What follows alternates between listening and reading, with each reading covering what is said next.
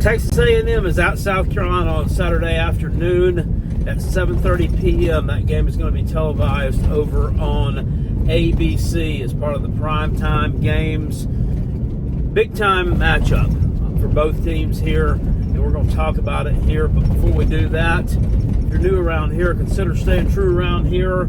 Subscribe to the Carolina Jackpot channel. Hit this video with a thumbs up if you enjoy what you see here today. We do college football stuff here all year long. We have a heck of a good time doing it. We're going to be live streaming that game on this channel on Saturday night, as well as live streaming the Clemson versus Louisville game, which will be taking place at the same time over on ESPN. Huge matchups, huge night of college football in the Palmetto State on Saturday evening.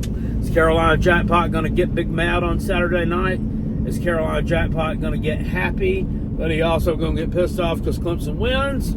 Is he going to get doubly happy because both of his teams win? Well, you know, I doubt that that's going to happen. I feel a lot better about South Carolina's chances of winning their ball game than I do about Louisville's chances of coming into Clemson and knocking off the Taters. Man, you got kind of looking back over just how dominant of a team they've been at home. You know, even in the past few years, as Clemson's kind of fallen off of it was the 14 playoff, pencil in as an ACC champion every year, yada, yada, yada type of seasons that they were having. They still have remained a dominant team at home. Of course, losing last year at home against Florida State, losing in 2016 against Pitt. You have to go all the way back to then. And then after the Pitt loss in 2016, if you want to find another loss, you got to go all the way back to 2013 when they played Florida State in the, I guess you call it the Jameis Winston game, when Clemson lost, was it 51-14? Just absolutely got massacred on live television. That's all they've lost at home in that long of a stretch. That's pretty. Wait a minute. They lost another game too. So 2023. Who did? Oh yeah, that's right. They lost to South Carolina in 2022. How did I forget that? Must be because we cheated to do it. Anyway, Anyway, getting to the point of this video here, South Carolina versus Texas A&M. I'll talk about this one and give you my prediction on this game. Texas A&M comes into this game 7-1 and ranked number 10 in the country. Highest ranking that they have had since, I don't know, since 2020, the COVID season. I believe they only lost one regular season game there as well. Kind of had a breakout season there. It was really Jimbo Fisher's, I guess, his feather in the cap type season at A&M. Other than that, he was kind of, largely underwhelming there. Of course, let go after last year and replaced with Mike Elko. Elko, defensive-minded head coach, former Texas A&M defensive coordinator, also former defensive coordinator at Wake Forest, former head coach at Duke. Has done a really good job at A&M. It looks like he's installed some discipline. His teams look really well coached. They don't beat themselves. He's just, I think he's exactly what the A&M people envisioned him being when they hired him. Had a press conference on, was it Sunday or Monday? Asked about South Carolina, was really complimentary to South Carolina's defense, really complimentary of the job that they've done this season. Just does everything in classic coach speak. It seems like a really solid old ball coach, does Mike Elko. And I also thought he was a heck of a lot older than what he really is. That being said,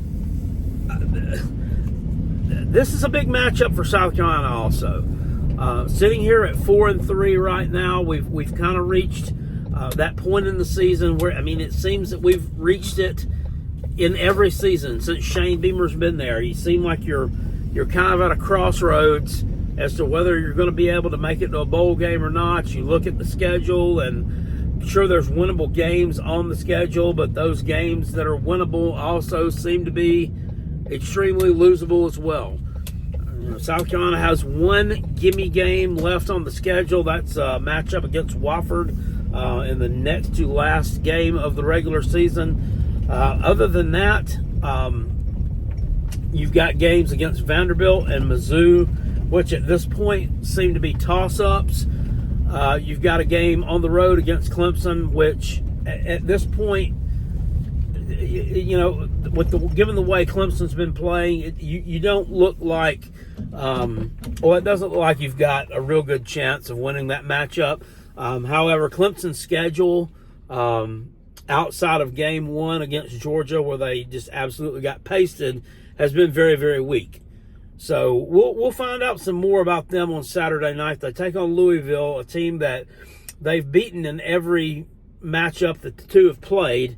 Some have been really, really close. If you remember the 2016 game when Lamar Jackson was quarterback at Louisville, that game was extremely close. That probably has to go down in my top 5 of college football games that I've watched from start to finish live.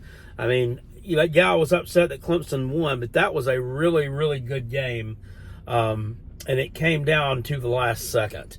Then there have been some blowouts too in Clemson's favor, but Clemson has won all of those games. So getting back to South Carolina versus Texas A&M, it's been a tale of two quarterbacks this year at Texas A&M. Connor Wegman, the more prototypical pocket passer, pro style, whatever you call it, type quarterback. Hadn't looked that great this year. 3 touchdowns and 4 interceptions. We were told that if he was healthy, he would be like a Heisman Trophy candidate. Well, he's been healthy this year for the most part, but he's not looked like a Heisman Trophy candidate. That's for sure. However, the backup quarterback, Marcel Reed, has looked great. This guy's ran for 5 touchdowns, about 300 yards. He's also thrown for a couple of touchdowns. Le'Veon Moss, guy who, I had to look him up. I didn't know who this guy was. He rushed for 400 yards last year for A&M, so he's been on the team for a few years, but it's kind of come out of nowhere. 757 yards rushing so far this season, 10 touchdowns. On the flip side, at South Carolina, Rocket Sanders, he's our leading rusher, and he's only rushed for 428 yards. He has rushed for 8 touchdowns. The thing about this is it's eye-popping. He has about 350 yards more, but Le'Veon Moss only has 20 more carries than what Rocket Sanders does. So obviously he has a much higher yards per carry average. It's just a little bit over 6 yards per carry there for Le'Veon Moss. Looking at some other statistics here, South Carolina offensively, quarterback Lenore Sellers completed 62% of his passes so far this year. He's thrown 5 touchdown passes, been intercepted 4 times, though. He's been sacked 25 times. And backup quarterback Robbie Ashford has been sacked 6 times for a total of 31. And we talk about how dominant South Carolina's rush defense is. They've sacked the quarterback 28 times, or they've recorded 28 sacks. They've given up 31, though. My God. Can we not just have some nice things, without having to have some kind of black cloud or stigma over the top of it? South Carolina's offensive line is not very good. It's a problem, and it's been a problem for a while. Last year, we were able to use injuries as an excuse for the piss poor offensive line play. You don't have those injuries this year. The offensive line, for the most part, has been healthy. You've had one that's been banged up all year long and hasn't really played a lot. But outside of that, you've been good as far as health on your offensive line. Yet you're still not able to get that push. You're still not able to get consistent pass protection. And you're consistently not able to run the ball and get to the second and third level. with your running backs, and it's a problem. And it has been a problem, and I take this back. Sorry, I have these notes, and they just fell right out of my hand. Guess they didn't want me to read them off, did they? Really disappointing. Just absolutely disappointing, and that's going to play a huge factor in the way this game goes. Texas A&M, defensively, looking at them, they rank in the 50s overall. South Carolina ranks in around number 20. South Carolina's got the number 16 rush defense in the country. However, Texas A&M's got the number 18 rush D. And passing, though, that's where you're South Carolina still solid pass defensive wise. A&M is number 92 against the pass. So we're getting on up there close to 100. And that's where you're going to be able to beat A&M and where you're going to be able to exploit them. Trouble is, South Carolina doesn't have a consistent passing game. They can't protect the quarterback. Texas A&M has gotten to the quarterback 19 times, so not South Carolina level numbers, but pretty dang good. Pretty dang good numbers there. They've only given up 11 sacks, which is roughly about a third of what South Carolina has given up. Well, it's actually less than a third when you factor in Robbie Ashford's sacks there. So it's clear to me from looking at just on paper at this without ever even watching these two teams play, and I have, but I could just say it's very clear. What's very clear? A&M has a dominant line of scrimmage on the offensive side of the football, and South Carolina doesn't. Or we should say their offensive line is much better than what South Carolina's offensive line is. What do you do here? The spread on this game is 2.5. South Carolina is a huge public underdog. About 93% of the public money right now is going on Texas A&M. That doesn't necessarily mean that everybody in the public thinks that Texas A&M is going to blow South Carolina out. Your spread is 2.5. That's not a football number. If it was 3.5, I think that number will be significantly different. I mean, I think you might see like 50-50. But for the most part, games don't end in 1 point and 2 point margins, unless you beat somebody like 31-30 or something like that. I can take the abuse, though, or unless you lose 27-25. Yeah, that happens too occasionally. But for the most part, games don't end on 1 or 2. 3 is a football number. So basically, you'd be saying, if you say that South Carolina is going to cover the spread, that South Carolina is probably going to win, since the spread is 2.5. The over-under of 44.5, that's more where I would look in this game if I was going to bet it. And I'm not going to, but if I was going to bet it, I would bet the under on this thing. I could see a 24-17 game, a 24-21 get, which that would actually go over the total. A 21-17 game, something like that. I don't see South Carolina giving up a whole lot, and conversely, I don't see South Carolina being able to generate a whole lot against A&M either. This is just a tough one for Carolina Jackpot to look at. You want to bet with your head, but you don't want to bet with your heart.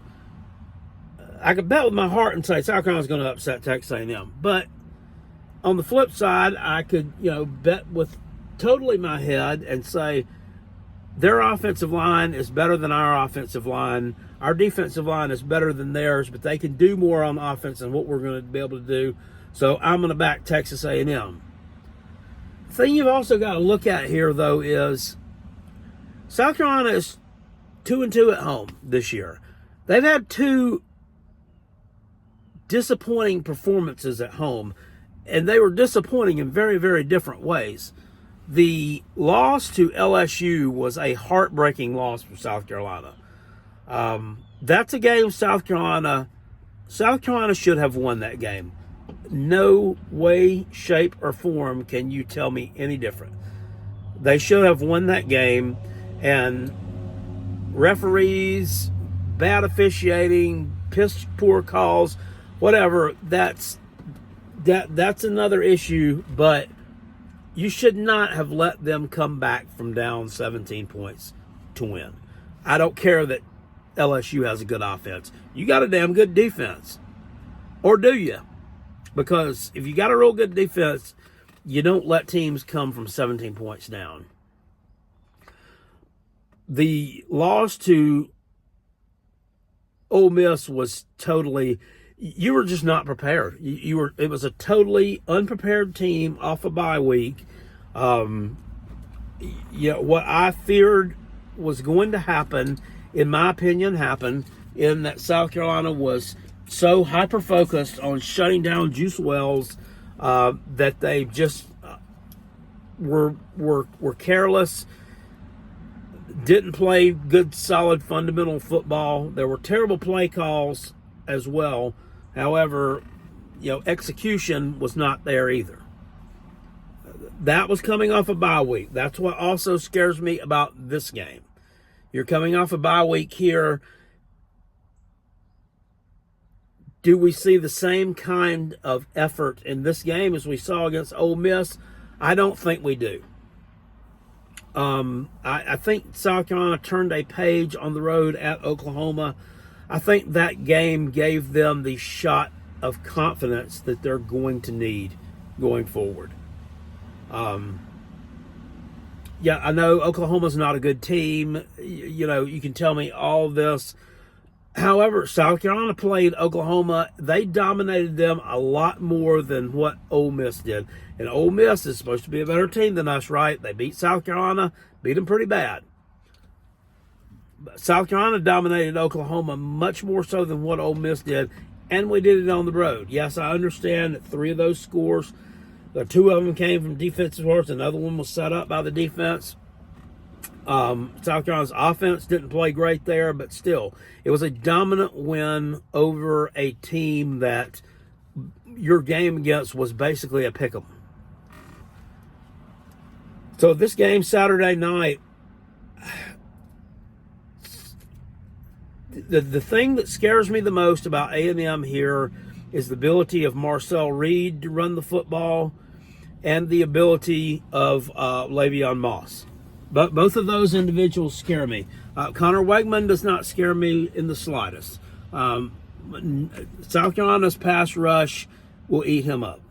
He's just not very good. I don't want to say he's a statue sitting back there, but he's a statue sitting back there. South Carolina will eat that guy alive, and he's not going to be an issue. These other two are. And I know what South Carolina's rush defense is ranked. I'm just not so sure that a lot of that didn't come from the opposition's ineptitude as much as it did from South Carolina's ability.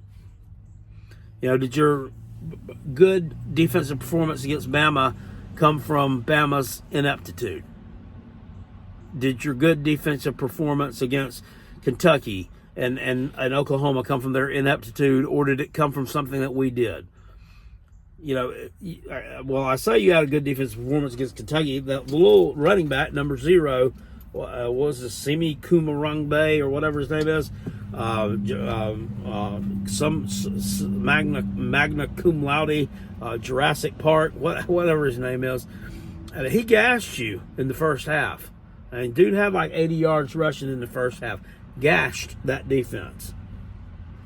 That's something that I'm just scared that I'm going to see again. I'm just scared I'm going to see it again. So for that reason, I'm telling you, we can compare schedules all we want. We can look at things all we want. Look, this will be the best defense that I think that Texas A&M's seen all year. Yeah, Notre Dame's got a good defense, but some of these other teams, LSU, not a real good defense. An improved defense, but not a real good defense. Mississippi State, terrible defense. Arkansas, terrible defense. Florida, terrible defense. Well, maybe not terrible, but not good defense. Bowling Green, who cares? I don't know. Whoever else you played. This will be the biggest test that they've seen all year. In the end, I don't trust South Carolina to be able to make enough plays offensively to win. And I don't see them making enough plays to cover that spread. I think this is going to be a close game. I think it's going to be a tight game. I think the defense will play well. I think the defense is going to give up a couple of runs that may or may not be the deciding factor or factors in that game. Texas A&M is really solid, so I don't especially see like a special teams miscue on their part being a mistake.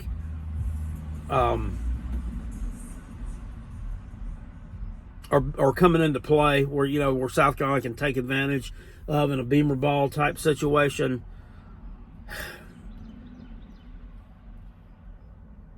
Unfortunately, I think we see another heartbreaking loss here. That's what I think that we see here. I think the under hits in this game. I think it at times becomes a very boring game. I think South Carolina falls behind and can't catch up because of the ineptitude of Dowell Loggins and the ineptitude of the offense just as a whole. I'm sorry, that's what I've seen, and I've got to go with what I've seen. I think A&M covers the spread. I'm going Texas A&M 20, Carolina 14. That's my story, and I'm sticking to it. I hope I'm wrong. I really, really hope I'm wrong. But from what I've seen so far this year, that's just the way that I got to go, guys. It's the way I got to go. Anyway, I hope you enjoyed this video. Please hit it with a thumbs up if you did. Guys, I'm just being realistic with you. I've told you forever. I'm going to be real with you. I have watched this team long enough. I have watched for years and years and years. I've seen more South Carolina football in person and on television and listened on the radio than I can care to remember. And I've just seen this kind of situation just present itself so much that I just can't help but think we'll be disappointed again. But maybe I'm wrong, and I hope I am. If I have to eat crow, I'll gladly eat it. Just give me some hot sauce first. I'll see you guys later on. Appreciate it. Peace, and I'm out of here. Still, go Gamecocks. Somebody told me the other day they wanted to meet up with me to help me with my rooster call. That sounds weird.